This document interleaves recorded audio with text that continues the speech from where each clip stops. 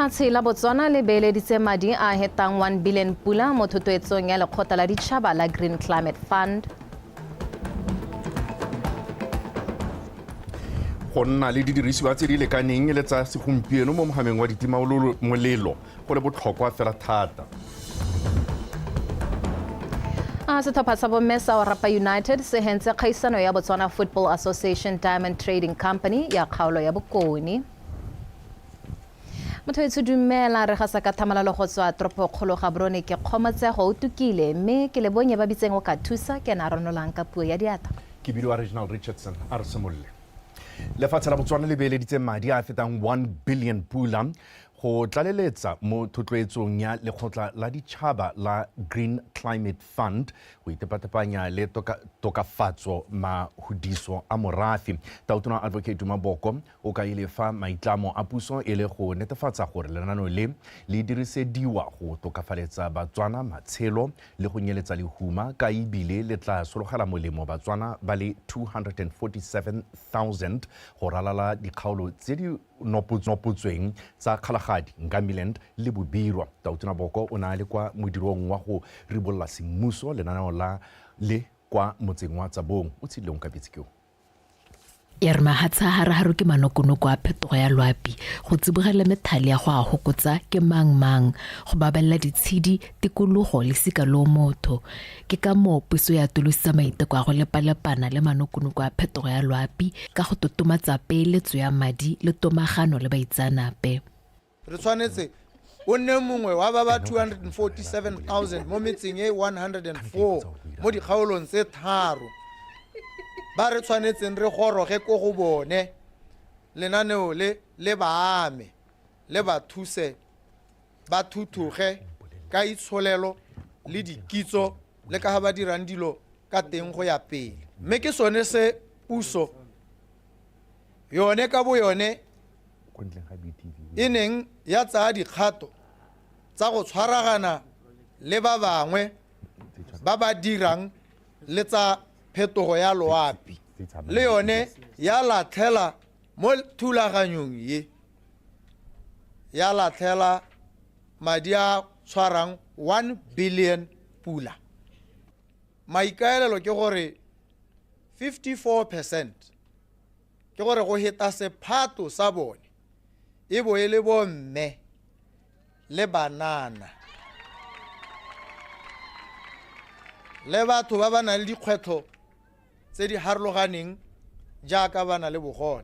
Tomagano e tahe go sa mosepele wa go hetoga mo go pharologano ga lehatshe leno mme go supagala botlhokwa jwa seabe sa go dirisa dikitso tsa benggae go taka ditharabololo tsa phetogo ya loapi. Re hane botsipa e seng jwa boranyane hela re kgobokanya megopolo e yotlhe ka gore batsadi ba rona re ka anywa segolobogolo mo go bone gore naga e ka hemelwa botoka go ntse jang.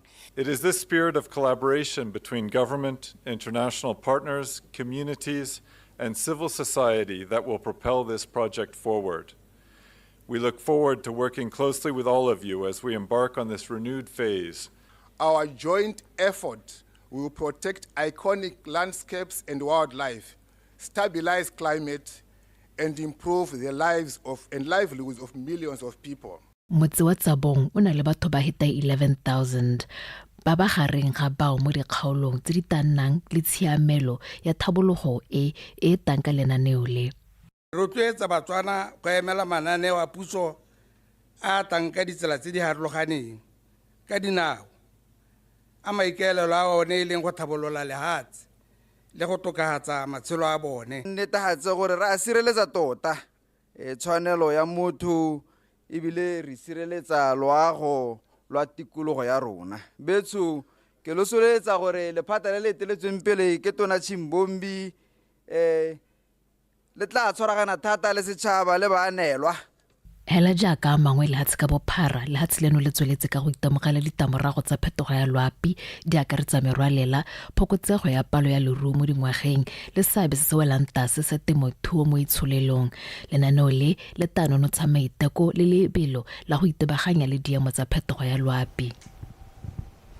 Tona wa lephata la dikgaolo le ngwao re ke Tlhalefile Motshegwa o gothile banni ba kgaolo ya Olifants Drift go beeletsa mo mohameng wa thuo ya Thapi a supa ga go ka thusa go godisa itsholelo ya lehatshe leno ga mmogo le go thamela banni mebereko segolo jang ka lethoko la ditiro la apesitse lehatshe kobo ka letshoma mo nakong eno o buile se ko Olifants Drift ka mathatso jaaka metse ya Dinokeng ko kgatleng e ne rulagantse letsatsi la go arogana dikitso ka thuo ya Thapi le lekgetho la boraro Lizzy Class ka dintlha Go thalositswe fa lefatshe leno le ntsha dithapi tsa selekanyo sa 12% go ka ijesa lefatshe le fa go ntse jalo banni ba kgaolo Olifants Drift ba rotloeditswe go tsamaya matho ya thapi ka thoafalo go supiwa fa le gone fa ba ka ikokotelang teng e le morafe go lwantshana le seemo sa lethoko la ditiro ka jalo go supile fa se se ka fokotsa le dikgang tsa go hudugela kwa ditoropong go ya go senka ditiro re togolotsa bao ba ileng gore ba tswere tiro ya go tshwara dithapi le matselo a mangwe a re nang mo kgaolong ya ka kwano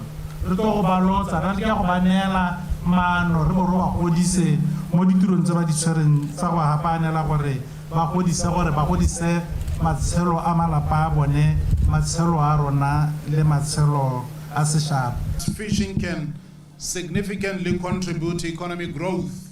Go tshwara ga dithapi go thusa thata mo kabakanye le go godisa itsholelo segolo jang mo go ba ba itirisang go tshegetsa matshelo a bone le go ijesa ka jalo go remelela mo mohameng wa thuo ya Thapi go ka tisa dithabololo tse di boitshegang jaaka go godisa itsholelo le go nyeletsa lehuma mo merafeng Social and environmental fronts of our communities. Ga re ka hetoga ra nna barui ba ditlhapi tlhapi ka nna ntsi mme kgaolo e ka kwano e ka nna boremolelo ba tlhapi bo e leng gore tente e ka tlala go menagane mo meberekong. Modulasetilo wa lekgotla la batshwara thapi Regowe o supile fa lentswe ba lekile go ikopanya e le batshwara thapi ba kgaolo ya Olifants Drift ka maiteko a go ithofofaletsa tiro mo sebakeng seno se se ba kgobang marapo ke thaelo ya mmaraka wa thapi.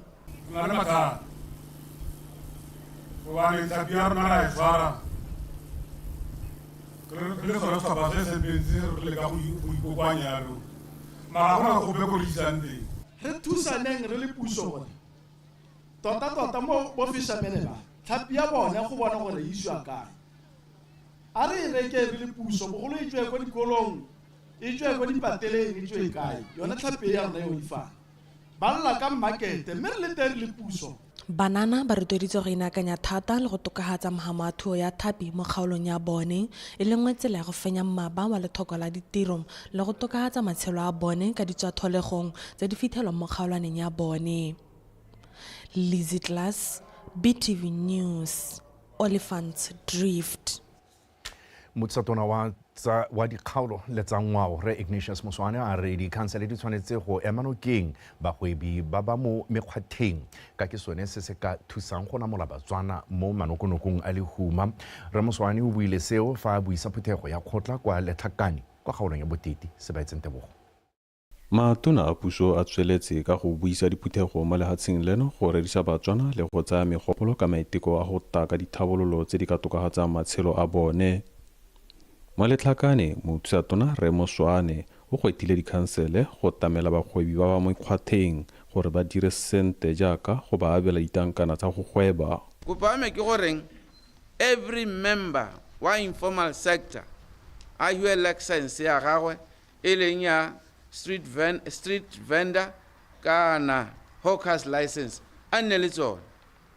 Re se ke ra di ngamela every space should be occupied by the informal sector go lwantshanya le mathata a go kokonelwa ke lehuma mo dikgaolong tsa bone.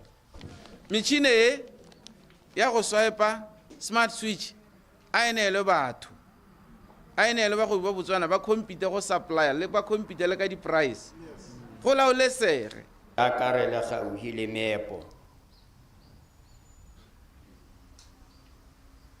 meepo ya re thusa ha puso e sa kgoneng go hitella teng.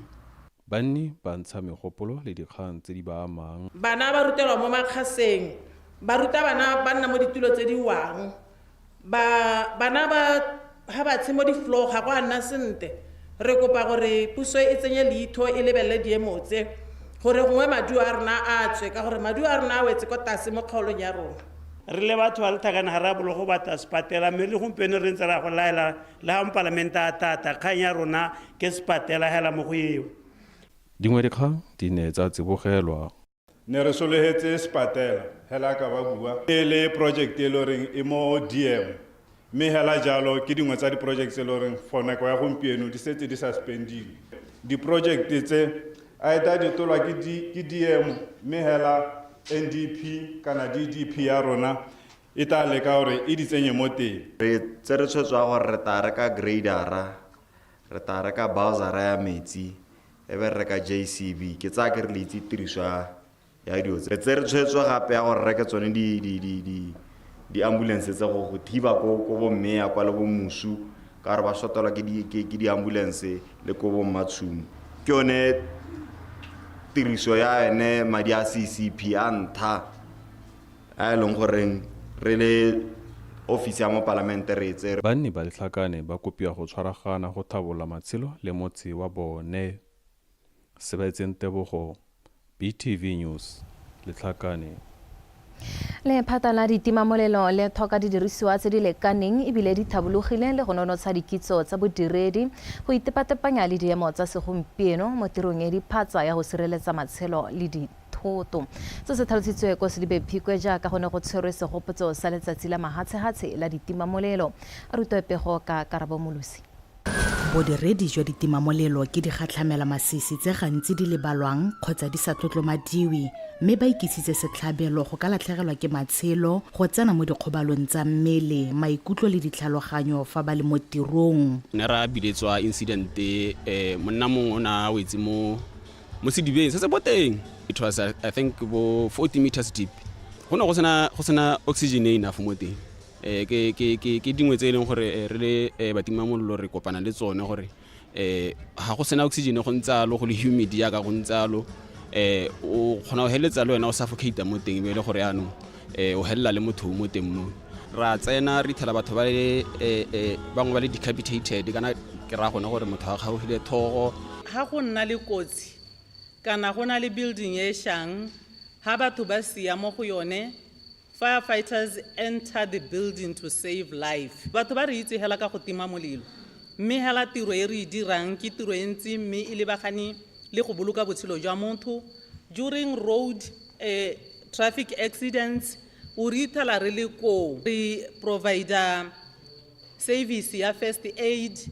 Ha motho a trepetse mo lifting, ra bidiwa re berekantsha motho yo mo lifting. Go ipelela segopotso sa letsatsi la mafatshefatshe la ditimamolelo go gakologelwa ba ba latlhegetsweng ke matshelo mo tirong gape go nnile botlhokwa go kgothatsa bodiredi le go itsa motlhala gore go ka tokafadiwa fa kae. O itelele gore maphata re dirisanyang lone leng ba Sedibe Phikwe Town Council Fire Brigade ba na le seemo sa ba nang le sone re na le ba BCL ba na le seemo sa bona re na le ba nna ka ke tswa go BDF go na le nna ke na le seemo sa itelele gore ha le ra thusenya re dirisanya mmogo sent be mathata ke yone equipment e re na le one itelele gore ke e kgologolo ya ka ne ke buile gore o sosa di-space le madi a sengwe go nna bothata le one le gore we are understaffed. This is an issue that our ministry is well aware. Ke kgang e leng gore lephata le a itse mme re tla tswelela re kopela lephata di dirisiwa go fitlhelela re bona maduo a re a eletsang. Mogare ga dikgwetlho le boikarabelo jwa go isa ditlamelo kwa setšhabeng bodiredi bo tsaya maatla mo go berekeng ka ditlhopha kgothatso le tumelo ya gore ba tla gakologelwa ka ditiro tse di molemo. Karabo Molusi, BTV News, Sedibe Phikwe.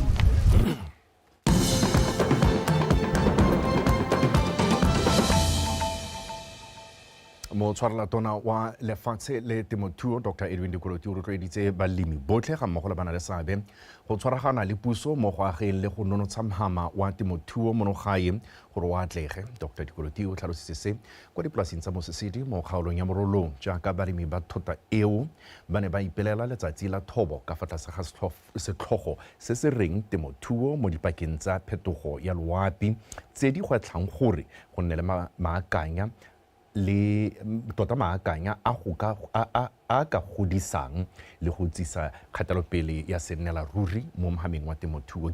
Gilbert Mogorosi. Motshwarelatona wa temothuo o gateletse le go supa ga tshwaragano le tirisanyo mmogo di le botlhokwa mo go nonotsheng mogama wa temothuo o le jwang o na le bokgoni jwa go aga itsholelo ya lehatshe ga mmogo le go tlhabolola matshelo a batho. Dr. Dikoloti o tlhalositse ga go dira jalo go le botlhokwa gape mo go diragatseng dikeletso le maitlamo a ditlhabololo tsa setšhaba le go ntsha dijo tse di lekaneng. As the country is currently experiencing adverse effects. Jaaka lehatshe leno le mekamekane le dikgwetlho tsa phetogo ya loapi go botlhokwa gore balemi ba inaakanye le methale ya segompieno ya boranyane ka jalo ke rotloetsa balemi botlhe le bana le seabe go tshwaragana go tla kamano le ditsela tse di ka tsone di ka tlhabololang temo ya rona go itepatepanya le seemo sa dipaka tseno mme ebile gape ke eletsa ga balemi ba thota ba ka tshwaragana le balemi ba ba botlana go abalana le bone dikitso tse ka tsone di ka rotloetsang temo le go godisa thobo ya bone ga mmogo le gone go nna le seabe sa botlhokwa mo go hetleng itsholelo le mebereko. And employment creation. Baitseanape ba temothuo ba tlhalosa ga tiriso ya boranyane jwa segompieno le dipeo tsa boleng e le konokono mo go itepatepanyeng le seemo sa nako eno sa loapi lo lo sa iketlang. So to bridge this gap, we need go nne le more education. Mme go tlhomamisa gore re tswelela ka temo e tlhabologileng re tlhokana le kemonokeng ya puso ka madi a go rutuntsha balemi le go ba rotloetsa go dirisa boranyane mo temong ya bone go ntsha thobo ya boleng. Balemi ga ba tshwanela go salela morago mo tirisong ya boranyane ka jaana mo dinakong tsa gompieno go thubile lobelo ka tiriso ya boranyane mo matshelong a batho. Jaanong go mo hela ka bo gone, even in the farming community we should not be left behind. Agronomy is actually very, very important for the sustainable and for the development of agriculture in our country. Tshekatsheko ya dijalo kana dipeo le mmu wa masimo e botlhokwa thata mo baleming mme ebile re itemogetse gore ntlha e bontsi jwa balemi mono gae ga ba ele tlhoko ka jalo re itlamile go thusa ka thulaganyo e ya boleng jwa dipeo ga mmogo le go rutuntsha ka tshomarelo ya mmu tikologo le bokgola gore molemi a bone thobo e nametsang. Techniques that are used to maximize farm produce yields, whilst ensuring that we minimize possible damage to the environment that we're actually operating in. Dr. Dikoloti o ne gape a rotloetsa balemi go tshwaragana le go dirisana mmogo go tlhomamisa ga ba tsenya mo tirisong lehatshe leo le la abilweng e le masimo go ntsha dijo mme ebile e se gangwe mo ngwageng ka go lomaganya methale e mengwe ya temo ya nosetso se e le go dira gore lehatshe ka kakaretso la masimo le tsene mo tirisong go ntsha dijo le go hetla itsholelo. Gilbert Mogorosi, BTV News, Mosisedi Farms. Tshepiso le tsididi wa tlholetswe dingwaga di le 35 ke makaseterata wa kgotla ya ditsheko ya motšhodi mme Queen Mwanga. Katlholo eo ke ya melato e akaretsang ya go thubetsa e le mebedi wa go kgothosa le wa go utswa koloi. Nkutle Thamaga.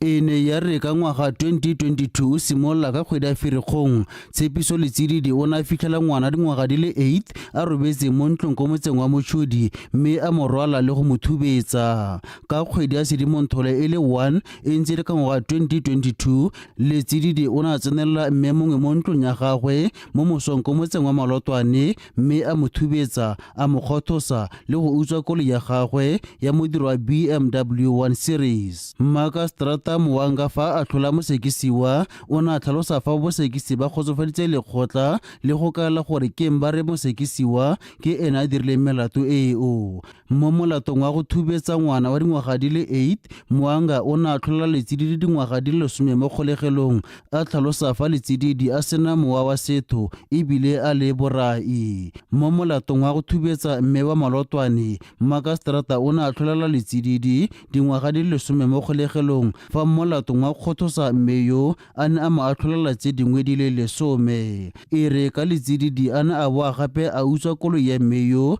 Mwanga o ne a tlholela letsididi dingwaga di le 5 mo kgolegelong.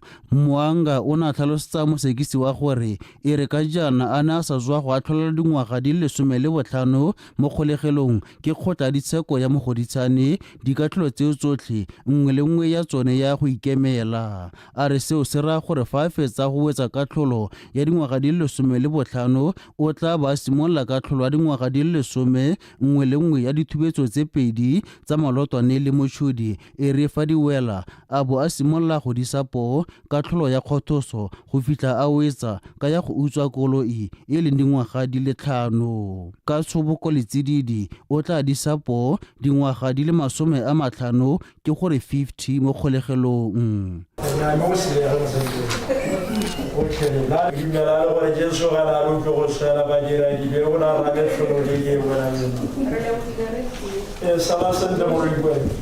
Go atlholelwa dingwaga di le 35 mo kgolegelong ke gore 35 ga ga tshepiso letsedidi ke mmakaseterata Queen Mowanga go digela ditsheko tse pedi tsa petelelo e le nngwe ya kgothoso le le nngwe ya go utswa koloi tse dirilweng ke mosekisi wa tshepiso letsedidi. Mmakaseterata Mowanga o nagakola letsedidi gore o ka ikuela go kgotleng kgolo ya ditsheko mo maletseng a le 14 fa a sa kgotsofalela katlholo. Ungutlile Thamage, BTV News, Mochudi Magistrate Court.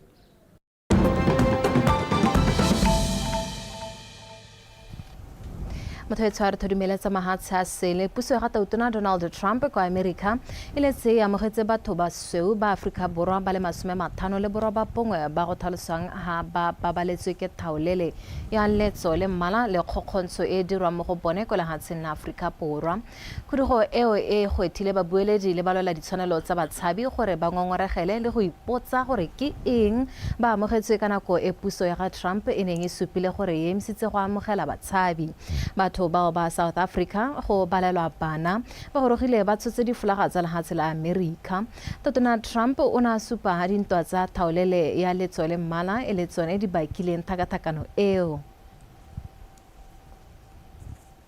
Motho nterna mere di tshwere gone ho njana re tswelele tsa metshameko se dika ga kwa wemisente go go dinela.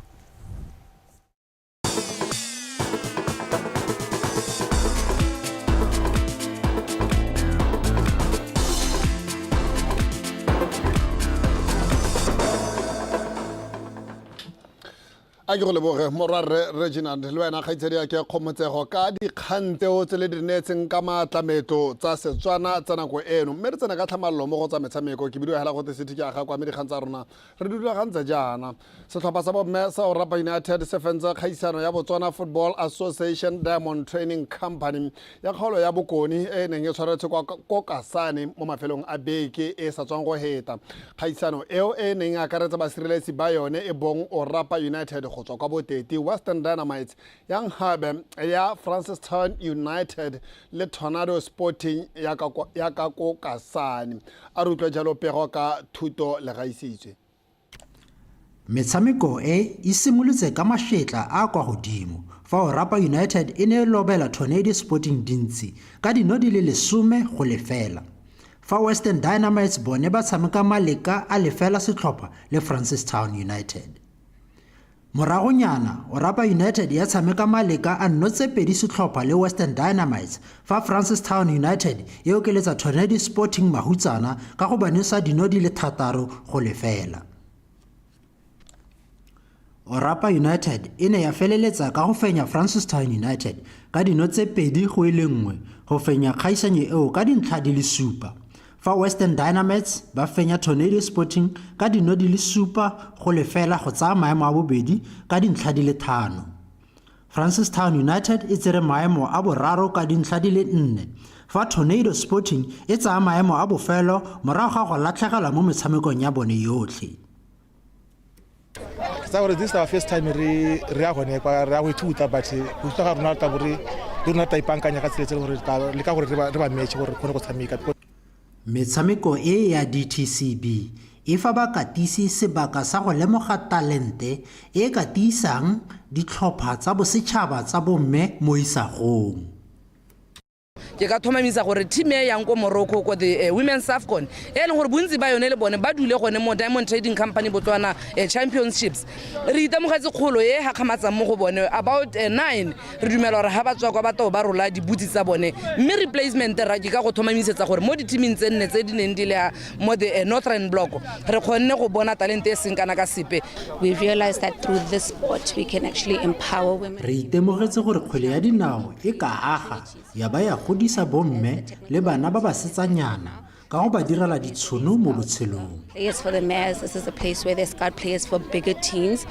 Orapa United e fetelela go ya kwa sekgamakgaolakganyeng a dikgaisanyo tsa DTCB tsa lefatshe ka bophara ko ba tla iteisanyang borathana le bafenyi ba dikgaolo tse dingwe tsa lekgotla la kgwele ya dinao ya bomme mo Botswana. Thuto Galitsewi, BTV Sports, Kasani. Me re tswa mapegonyeo ya gaga le itsewe re tswela le tse dingwe ditlhopha tsa FC Ambassadors le UB Kicks di fologetse kwa leaking e ko tlase ya Division 2 ya kgaolo ya Gaborone. Morago go tshameka maleka no se tlhopha mo motshamekong wa tsone wa beke ya bolesome le bone wa leki ya bomme ya Division 1 o neng o tshamekelwa kwa Lekedi mo tsatsing la Sontaga. A rutlwe pego ka Remolelekwa. Setlhopha sa FC Ambassadors ba tsene mo motshamekong o ba le kwa mogateng wa loko ka dintlha di le pedi go tswa metshameko e le 13 mme ba ise ba fenye motshameko ope ntleng le maleka a le mabedi. Mo letlhakore le lengwe UB Kicks bone ba simolotse motshameko ba le mo a bosupa ka dintlha di le 7 tse ba di boneng ka go fenya metshameko e le mebedi le maleka a le mangwe fela. UB Kicks ba simolotse motshameko o ba na le letsogo le go dingwana mme ya re motseng wa bolesome Jennifer Mokoka a ba bonela nno ya ntha. Metso e le lesome morago ga ga Mokoka Thombo Mogate wa Ambassadors a lekalakanya dino morago ga motsamo o monte. Dinetso tsa Mokoka le Mogate di isa motshameko la go ikhutsa dithopha di ngangane ka nno sethopha. Go mene go kana go ikhutsa dithopha tsa tswela ka go tsomela ya bobedi mme fela maituko a tswana a retela go feta motshameko o ya bokhutong. We had a challenging season. Yes, we did impress. Re nnile paka e thata e re ne re lebagane dikgwetlho di le mmalwa mme seo ke sone se se bakileng gore be re le fa re leng teng re tla ithulaganya mo pakeng e tang. We have to accept and then try again in the new season. I would say that's the summary of our season. It was a lot of struggle. We had inconsistency of players coming in. Ga re a nna le paka e bonolo re ne re lebagane dikgwetlho tse dintsi mme re sa kgone go fenya metshameko ya rona re ne gape re rathegelwa ke bangwe batshameki ba rona re tla ipaakanyetsa paka e tang. It's a matter of going out and looking for more players to add. Maduo ao a ne atisa diko ya kgaolo ya Gaborone kwa bokhutong le go bona dithopha tseo ka bobedi di fologela kwa leking e ko tase. Seo se raya gore FC Ambassadors ba fetsa setha ba le mameng a bofelo ka dintlha di le 3 fa UB Kicks ba fetsa setha ba le mameng a bosupa ka dintlha di le 2. Kagiso Molelekwa, BTV Sport, Gaborone. Pego eo ya ga Remolelekwa e re tlisa go bokhutlong jwa dikgang tsa rena tsa nako eno a malakong ya gompieno ke lemoge ke be ke leboge kgaitsedi a ke le bone ba bitseng o ka thusa yone a neng a go renela dikgang tse ka puo ya diatla lenaneo la The Daybreak le a tswelela.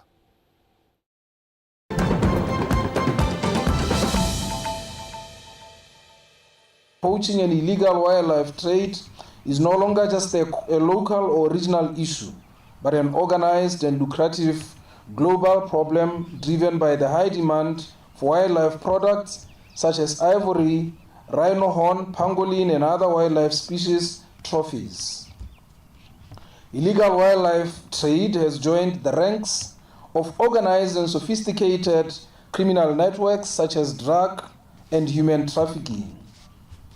However, Botswana remains a beacon of success regarding wildlife management and conservation because we have been able to keep poaching at minimal levels.